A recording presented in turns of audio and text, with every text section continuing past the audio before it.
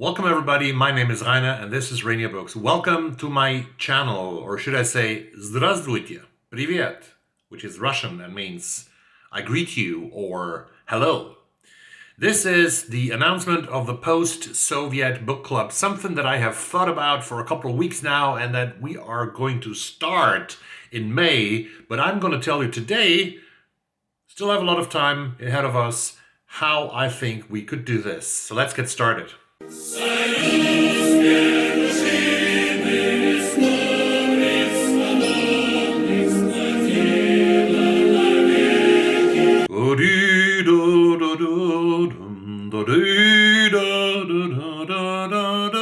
How often have we heard this national anthem, the national anthem of the Soviet Union, the national anthem now of Russia? Now they play it without, I think, without words, but I think somebody wrote lyrics for this national anthem of the Soviet Union. The Soviet Union was the largest country in the world from 1917 to 1991. For all of you who are born after 1991, you are already getting 30 years old this year. So 30 years ago, the Soviet Union crashed. It was over. 15 countries emerged, 15 new republics. And the last president was, of course, Mikhail Sergeyevich Gorbachev. And the first president of Russia was Boris Yeltsin. When I came to Russia for the first time in my life in 1992, Boris Yeltsin was the president, and it was a time of great change, a time of inflation, incredible inflation, with 3,000% when I was there.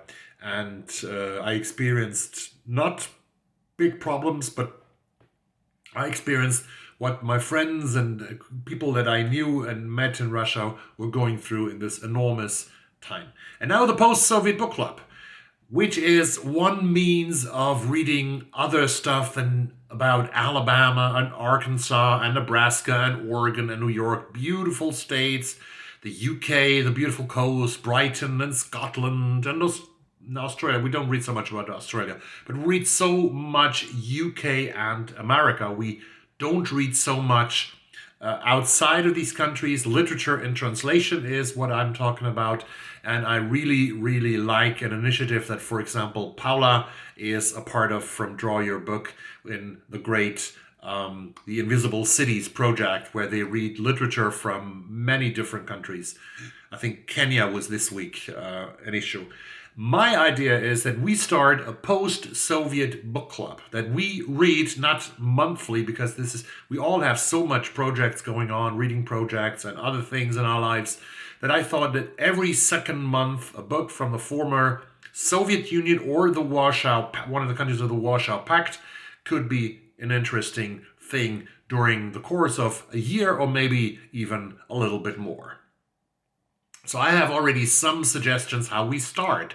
We start on May 1, the day of the worker, the working day that was actually invented in the United States and not in the Soviet Union, but it was, of course, celebrated in the Soviet Union.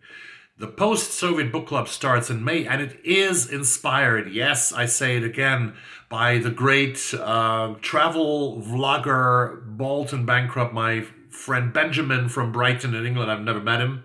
He doesn't know about me. I have seen all of his videos. He's a great vlogger, and he is always on the search for Soviet relics in the former countries of the Warsaw Pact, and especially in the former Soviet Union, Russia, in Ukraine, in Belarus, he's everywhere.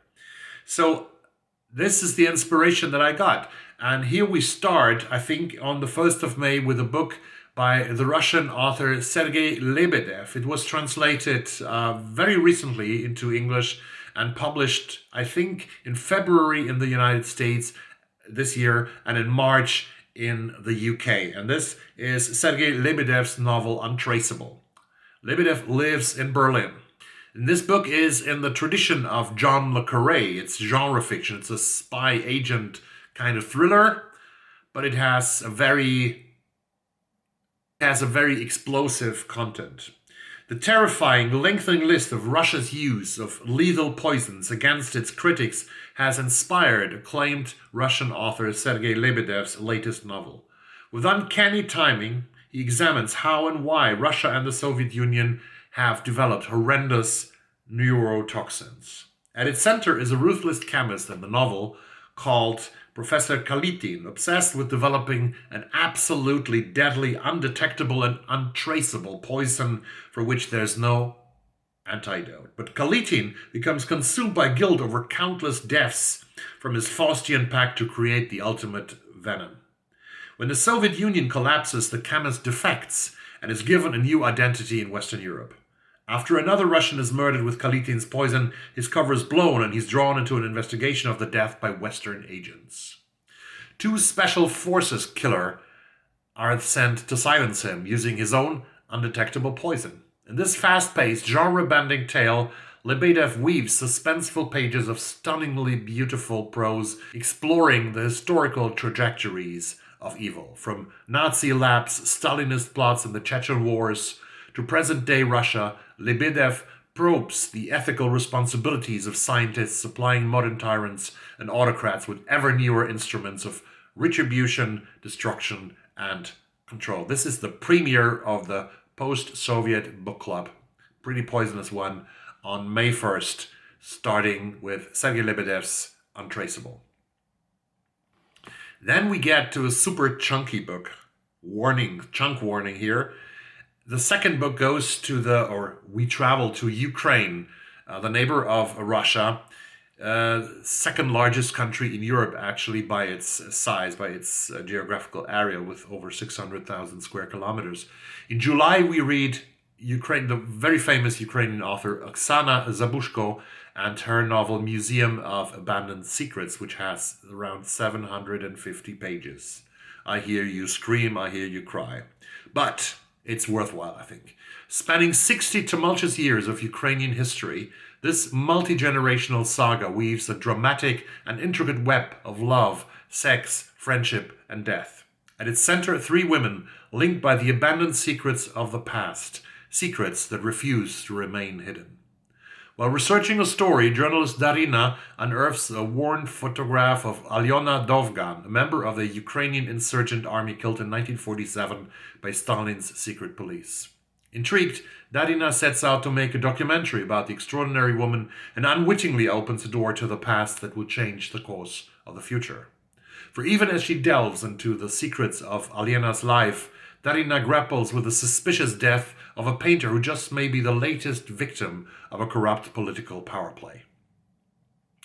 From the dim days of World War II to the eve of the Orange Revolution, the Museum of Abandoned Secrets is an epic of enlightening force that explores the enduring power of the dead over the living. Does that sound good? Join the post-Soviet book club. You don't have to be there with every book. You just pick your book. If you want to take part in one session, in one book, in 1 month, please do so. In September, we will travel a little bit west to Poland, and we read Dorota Maslowska's novel White and Red. Dorota Maslowska is a very young, very talented, very praised Polish author. And this is an audacious, fresh portrait of marginalized, fatalistic, post-communist youth. Andrzej Nails Rabakowski is a track-suited slacker who spends most of his time searching for his next line of speed and dreaming up conspiracy theories about the national economy. Dumped by his girlfriend Magda, a beautiful seductress, he turns to Angela, a proselytizing vegetarian goth, and then to Natasha, a hellcat who tears his house apart looking for speed, followed by Ala, the nerdy economics student who was the girlfriend of the friend who stole Magda. In the background, a xenophobic campaign against the growing Russian black market escalates, resulting in citizens painting their houses in national colors, and a pageant to crown one of the girls as Miss Noruskis, or did it all just happen in Nails' fevered mind? With inventive and visceral language that is by turns poetic, hilarious, disturbing, and dirty, White and Red is a powerful portrait of love, hopelessness, and political burnout in contemporary Eastern Europe. That's number 3 in the Soviet Book Club. If you want to go all the way with the post-Soviet Book Club, we will go further to south from Poland, southeast to Aserbaidschan.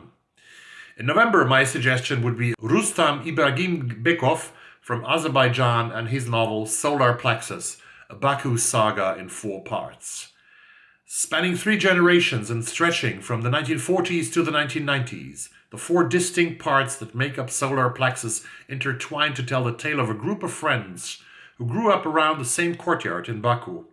Each section is told from a different perspective, as the friends' passions, deceits, rivalries, and disappointments play out against the shifting turmoil of those decades, from the Great Patriotic War and Stalin's purges to the industrial institutes and Russification of the 50s and 60s, through to the struggle for independence and violence of the early 90s.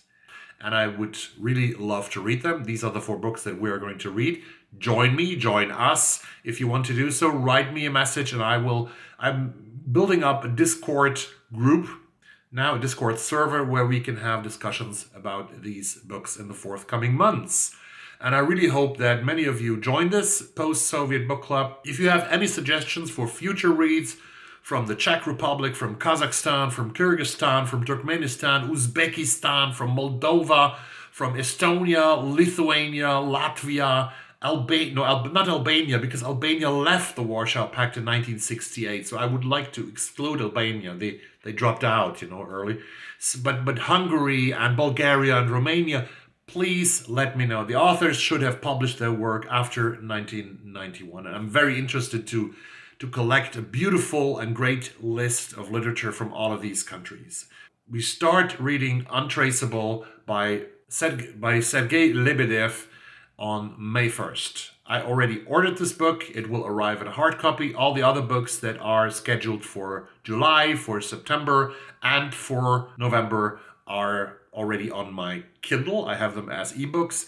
And I really want to read Museum of Abandoned Secrets. It's a chunky one, but I think it's worthwhile. Oksana Zabushko in July. And we can take this in 6 weeks. It's possible to read 750 pages in 6 weeks. So let me know your ideas, your wishes, and if you join the post-Soviet book clubs. I would be so happy, and I'm so excited to get this started in May with you and me in the post-Soviet book club. Привет! До свидания! See you. Bye-bye.